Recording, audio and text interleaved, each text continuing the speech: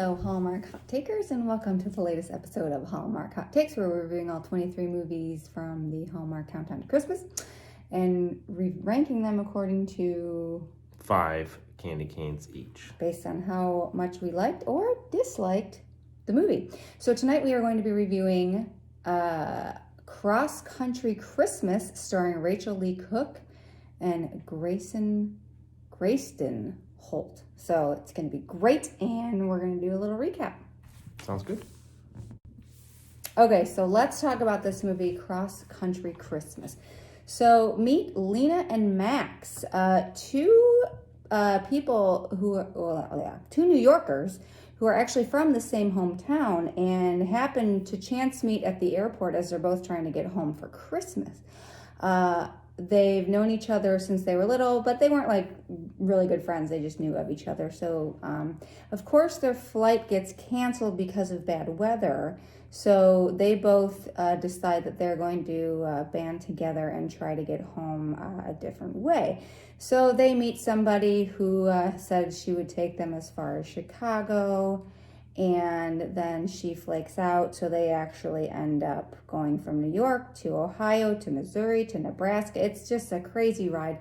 And all the time, Lena is what is her job? She is a creative solutions consultant. I don't know.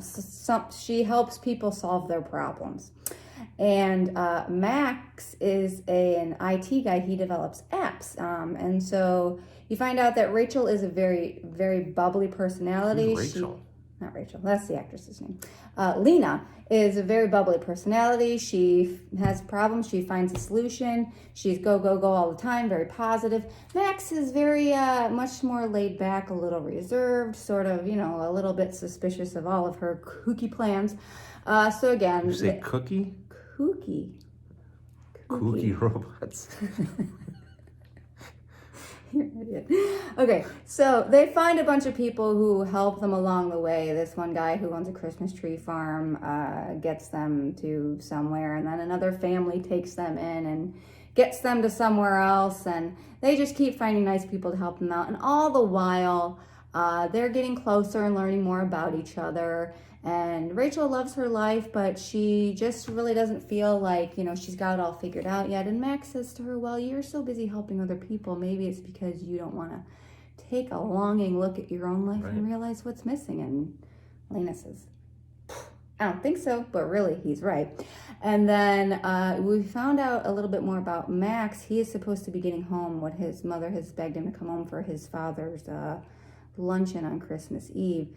And we do find out that Max's father has passed away 6 months ago, and this is the first time he's going home since the funeral, and he's taking it very hard. He was never sure if his father was proud of him, and he's in mourning. So he's got to spend the first Christmas at home without his dad, and it's very sad. So they bond over that, and Lena tells him, I'm sure your dad was proud of you. How could she not be proud of someone who's so amazing? And they've had some car trouble. They're actually driving home in this like really old dog grooming van, and it's actually pretty funny. And so, they have car trouble along the way, and they stop. They need to get gas. They're really tired. Lena's very tired, and Max goes to lay down. They talk, and he says, getting home is really important to me. It's important to my mom. He falls asleep on the bench, and Rachel drives through. Who? Lena. Thank you. Yeah. She drives through the night all by herself to make sure that he gets home for his father's lunch, and it's very cute. They part ways. They both go home to their respective families. Max's mom finally tells him that, she knows his father was proud of him, even though he never said it. If she knew he felt that way, she would have told him a long time ago. And Lena, god damn. Lena tells her family that she really thinks she met somebody, and then Max shows up at Lena's house because their luggage got confused, and they confess how they feel about each other, and they're gonna go, spend Christmas together and be a couple, and they kiss, and their families spend Christmas dinner together, and that is Cross Country Christmas. CCC. And Lena, not Rachel. Nope. But Rachel is the actress. Don't know who Rachel is. She's the actress. Nope. All right. Let's roll on to ratings. It's ratings time. Rating time. Jay You goes want first. good or bad to start? What do you think? I don't know. I don't know. I am interested to hear what your rating is. I will go with the good. Okay. The good. So there's a joke. They're on this train. They're supposed to be on this passenger train, but they're in this. They're eating lunch, and they hear like the train whistle go, and they're like, "Oh my goodness, we're late!" So they think run. they're missing the train. So then they get on the train, and then they find out the train starts moving. The train starts moving, and then they open it, and it's like there's a cow in there, and it's not the passenger. It's a cargo train. That landed them in Nebraska. No, Missouri. Yeah. So that was great. So the funny part about that is they had a joke that said it's 500 hay count for when they were sleeping on the hay. It was amazing. I love that joke. That was great.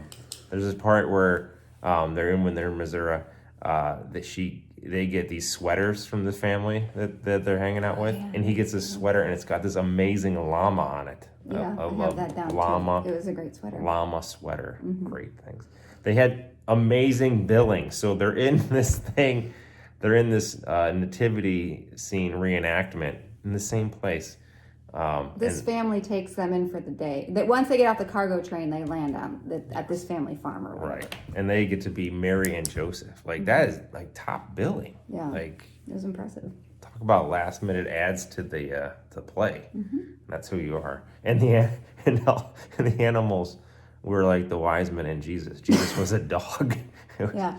I'm not sure if that's sacrilegious or not, but it worked. I love the dope van. So she actually called it a dope van at one point, and that was Chuck's deluxe grooming truck. It was amazing. She bought it when they couldn't get a bus. There was no more bus tickets out of Missouri. Yeah. So she bought this from some random guy, and it was amazing. I loved it. All right, things I didn't like. I'll be honest. Sorry, things I didn't like.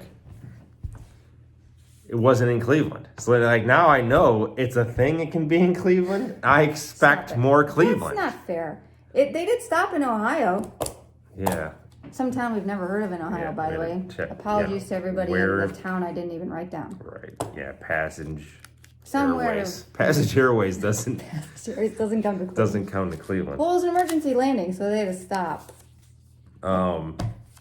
There's a part like so they're in this truck, right? It's this old school. The grooming thing's an old school truck, so it doesn't have a lot of amenities. Like no, there's nothing. Like, it's totally stripped down. Right.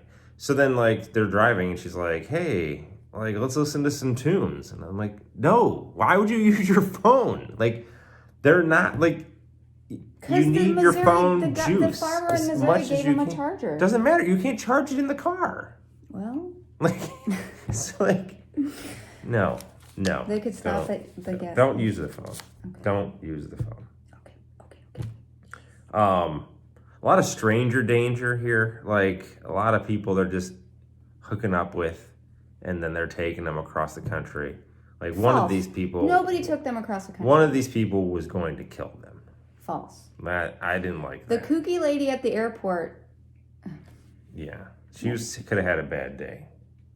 Yeah, I didn't like this. I have something to say about her, but I'll wait. I don't like this. And then the last thing, this Greg guy.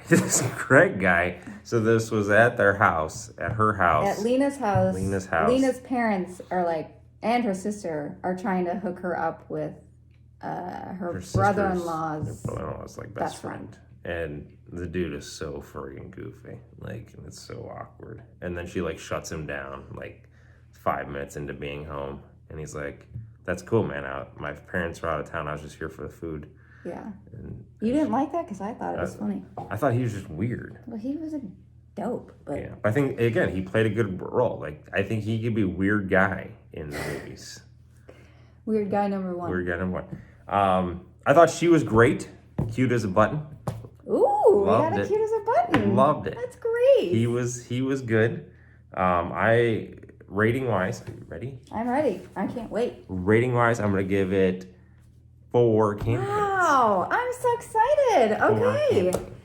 That is a great rating. Okay, so things that I didn't like about this movie. When they are first at the airport, they find this woman the girl who's going to take them to Chicago, who's a total loon. And she's wearing an elf hat and Santa ears because her boyfriend's supposed to come up to the airport dressed as Santa, and he never shows up.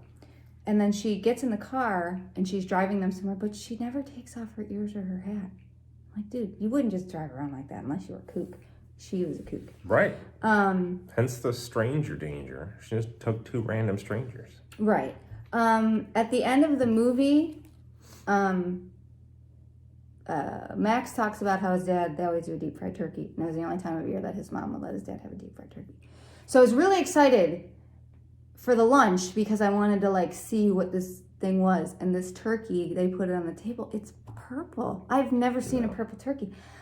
I don't think it was supposed to be purple. And there was this other big pile of red goo that we couldn't figure out what it was. It wasn't cranberry sauce. Mystery meat. Yeah. I don't know what that says. So, one thing I didn't like is like the movie was an adventure story. So you're going from point A to point B to point C. And so that was the plot, but then like nothing else really happened. There was no like, oh, it went sideways at the end, so how do we fix it? So it left me kind of thinking it was a little bit more predictable than most Hallmark movies. So I didn't really like that. But here's the things that I loved about this movie. So the mom in the movie, Max's mom still has a landline. Yeah. Solid job, Max's mom. The llama sweater was really great. Loved it. The nativity scene where they're marrying Joseph. I mean, good job, Hallmark. You brought Jesus into it. Even though you made him a dog, you still got Jesus in there. I'm here for it all day. So Max, when they're in the dog grooming van, and they finally have the talk, and she finally figures out like what his deal is. Why is he so reserved? And they sit down and they talk, and he talks about his dad and how hard it's been. And it was just a really touching scene. It gave me all the feels because you could tell that he was grieving, and you could tell that she just wanted to fix him. Like she just wanted to help him, but she knew that for once she couldn't just reach out and fix something. She had to just empathize and do what needed to be done, and doing what needed to be done meant driving all night to get him home. And I thought that was really a great scene. She's really funny in this movie. I laughed out loud. She was delightful. She had a lot of just quirky one-liners and just her mannerisms and just how she reacted to things. Great job. And the not Greg scene where she shuts Greg down. It was hilarious. That was pretty good. And the fact that everyone was trying to push her towards Greg was great. So all in all, I really enjoyed this movie. It definitely grew on me as it went. At first I was like, oh, I don't know. I don't know, but it really grew on me. I thought she was great, and I really Would you say she's all that? She is all that. And I loved Max's story. I think he sold the grief. He sold it. And so for that reason, I'm going to mimic your rating, and I'm going to give this 4 candy canes. Solid 8. A solid 4 for 4. 4 for 4. This was a good movie. It was a solid showing. So, yeah, I liked it. Do previews. I think there's only a couple more left. I think we only have, 2 more. Then we're donesies. That's crazy. I'm so excited. Okay. So the next movie we are going to review is Christmas Comes Twice, starring Tamara Mowry Housley, Michael Xavier, and Cheryl Lee Ralph. And this is about, what's her name? Cheryl, who is an astrophysicist. Somehow, in the grand scheme of things, travels 5 years into the future. Back to the future! This is a Back to the Future story. So there's no telling what this is going to be. Time travel has done well on Hallmark, I'll tell you. Now, Timeless Christmas, as you all may remember, total dumpster fire. So 20 movies ago. Really hoping, that this one is better. It can't be worse, right? It's like, it could be like Evergreen. Like, it's possible. I hope it's not like Evergreen. But no, it's going to be great. I have a good feeling about this. I feel great about time travel movies. Okay. All right. Well, see you next time. Peace.